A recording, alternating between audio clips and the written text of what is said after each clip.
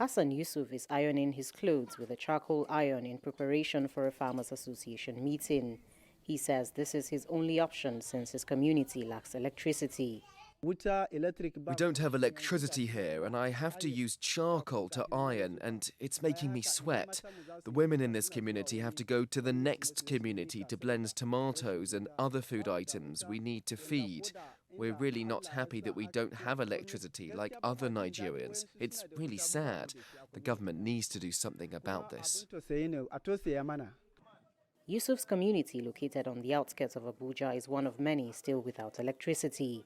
Nigeria's demand for power far exceeds its supply, leaving millions of citizens across the country without reliable access to electricity. Nearly 40% of Nigeria's population do not have access to electricity.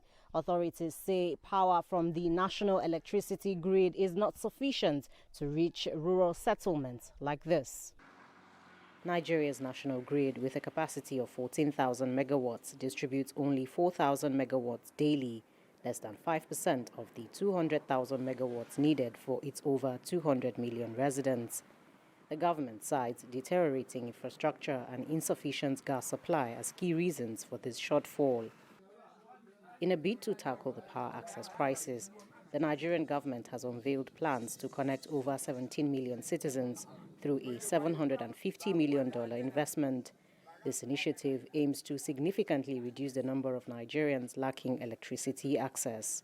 It's a World Bank initiative, and the World Bank, African Development Bank, and some development partners have provided a sum of $750 million.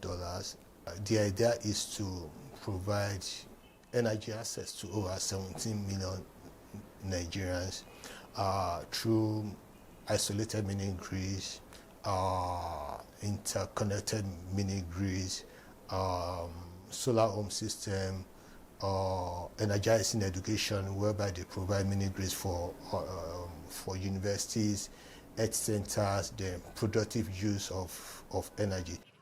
Experts say the initiative would have a huge impact, but warn that measures must be in place to guarantee success. You have to be stringent in your selections of the project developers.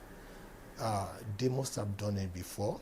You must have evidence of previous projects that they've done before. Number two is constant monitoring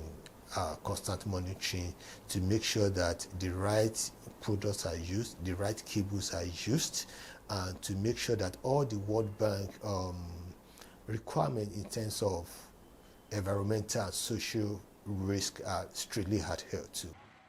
The Nigerian government plans to launch the 5-year project in November to connect rural areas to electricity and will be collaborating with private organizations to identify beneficiaries.